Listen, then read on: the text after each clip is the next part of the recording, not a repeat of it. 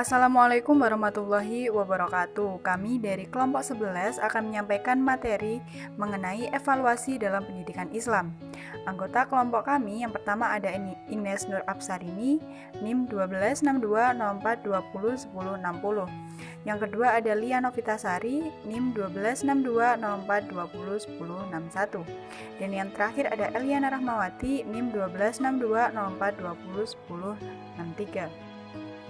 Pada video kali ini, kami akan menyampaikan dua pokok pembahasan. Yang pertama ada hakikat dan prinsip evaluasi dalam pendidikan Islam.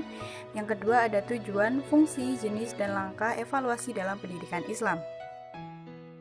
Baik, materi yang pertama yaitu hakikat evaluasi pendidikan. Jadi apa sih evaluasi pendidikan itu? Menurut bahasa, kata evaluasi berasal dari bahasa Inggris evaluation yang berarti penilaian atau penaksiran. Nah, sedangkan menurut istilah, para ahli memiliki rumusan yang berbeda sesuai dengan sudut pandang dari keahlian masing-masing.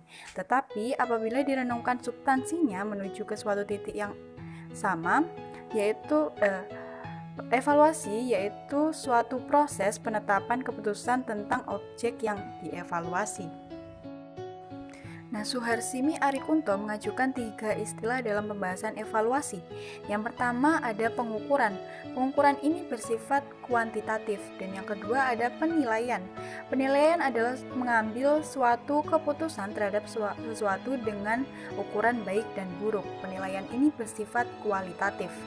Sedangkan evaluasi mencakup antara pengukuran dan penilaian.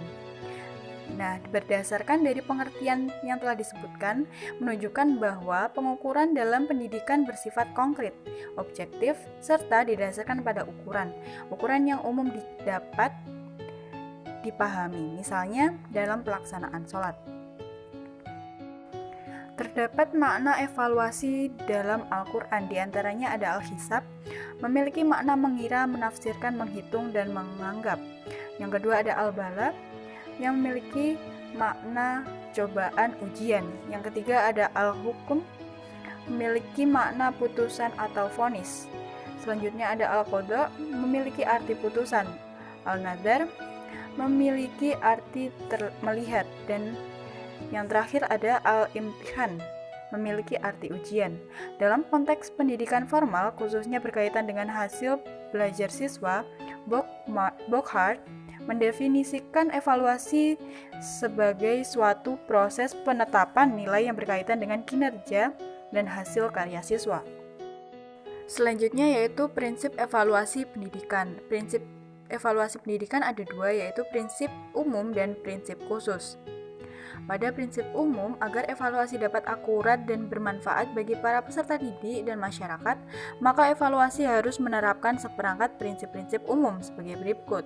Yang pertama ada valid, yang kedua ada berorientasi pada kompetensi, yang ketiga berkelanjutan, yang keempat menyeluruh, yang kelima bermakna, yang keenam adil dan objektif, yang ketujuh terbuka, yang kedelapan ikhlas, yang kesembilan praktis, dan yang terakhir ada dicatat dan akurat. Kemudian prinsip khusus evaluasi pendidikan ada 2. Yang pertama adanya penilaian terbaik, memungkinkan adanya kesempatan terbaik atau maksimal bagi peserta didik untuk menunjukkan hasil belajarnya. Dan yang kedua, setiap guru dapat melakukan prosedur penilaian dan pencatatan prestasi serta kemampuan hasil belajar yang dicapai peserta didik. Selain prinsip umum dan khusus yang telah disebutkan, Arifuddin Arif menyebutkan proses pelaksanaan evaluasi pendidikan Islam harus diperhatikan prinsip-prinsip sebagai berikut. Yang pertama, evaluasi hendaknya didasarkan atas hasil pengukuran yang komprehensif. Yang kedua, evaluasi harus dibedakan antara penskoran dengan angka dan evaluasi dengan kategori. Penskoran berkenaan dengan aspek kuantitatif atau dapat dihitung, dan evaluasi berkenaan dengan aspek kualitatif.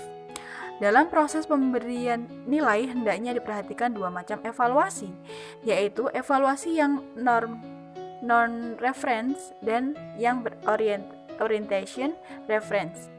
Pemberian nilai hendaknya merupakan integrate belajar mengajar. Selanjutnya, evaluasi hendaknya dibandingkan dengan satu tahap evaluasi dengan tahap evaluasi lainnya. Dan yang terakhir, sistem evaluasi yang dipergunakan hendaknya jelas bagi siswa dan bagi pelajar sendiri, sehingga tidak membingungkan. Untuk materi yang selanjutnya yaitu mengenai tujuan evaluasi. Menurut Abdul Mujib, tujuan dari sistem evaluasi pendidikan yang dikembangkan oleh Allah Subhanahu wa Ta'ala dan Rasul-Nya adalah sebagai berikut.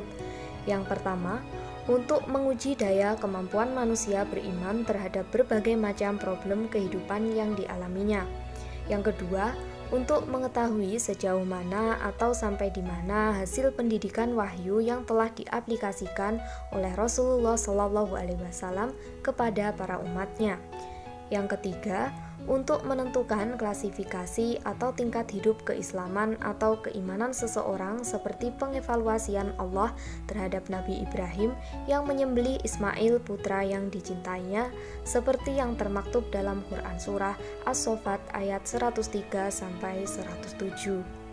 Yang keempat, untuk mengukur daya kognisi, hafalan manusia dari pelajaran yang telah diberikan kepadanya, seperti pengevaluasian terhadap Nabi Adam alaihissalam tentang asma-asma atau nama-nama yang diajarkan Allah Subhanahu wa Ta'ala kepadanya di hadapan para malaikat, seperti halnya yang termaktub dalam Quran Surah Al-Baqarah ayat 31.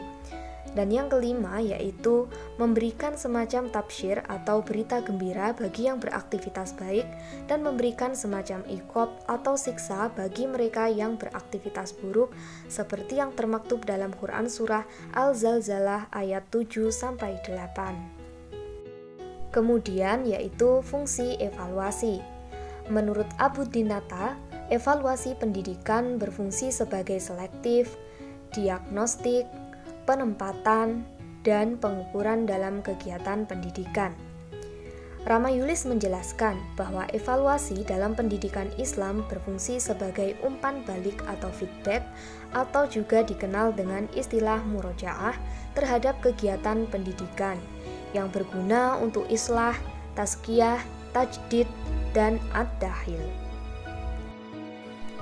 Adapun secara umum, ada 4 fungsi evaluasi dalam pendidikan Islam, yaitu 1. Dari segi pendidikan. Evaluasi di sini berfungsi untuk membantu seorang pendidik mengetahui sejauh mana hasil yang dicapai dalam pelaksanaan tugasnya. Yang kedua, dari segi peserta didik. Evaluasi berfungsi membantu peserta didik untuk dapat mengubah tingkah lakunya secara sadar ke arah yang lebih baik lagi. Yang ketiga, dari segi ahli pemikir pendidikan Islam.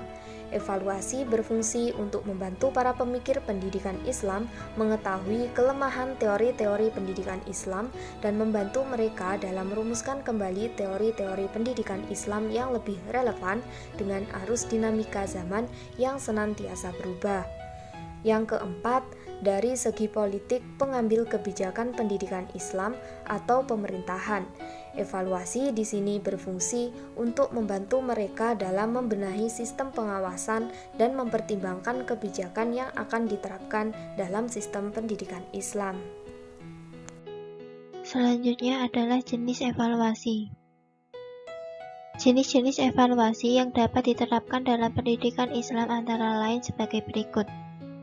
Yang pertama, evaluasi formatif, yaitu evaluasi untuk mengetahui hasil belajar yang dicapai oleh para peserta didik setelah menyelesaikan program dalam satuan materi pokok pada suatu bidang studi tertentu.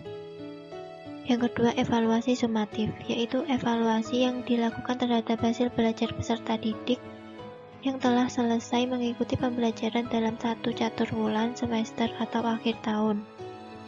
Yang ketiga, evaluasi penempatan, yaitu evaluasi tentang pribadi peserta didik untuk kepentingan penempatan di dalam situasi belajar yang sesuai dengan kondisi peserta didik. Yang keempat, evaluasi diagnostik, yaitu evaluasi yang dilakukan terhadap hasil penganalisaan tentang keadaan belajar peserta didik, baik merupakan kesulitan atau hambatan yang ditemui dalam proses pembelajaran. Selanjutnya adalah langkah evaluasi.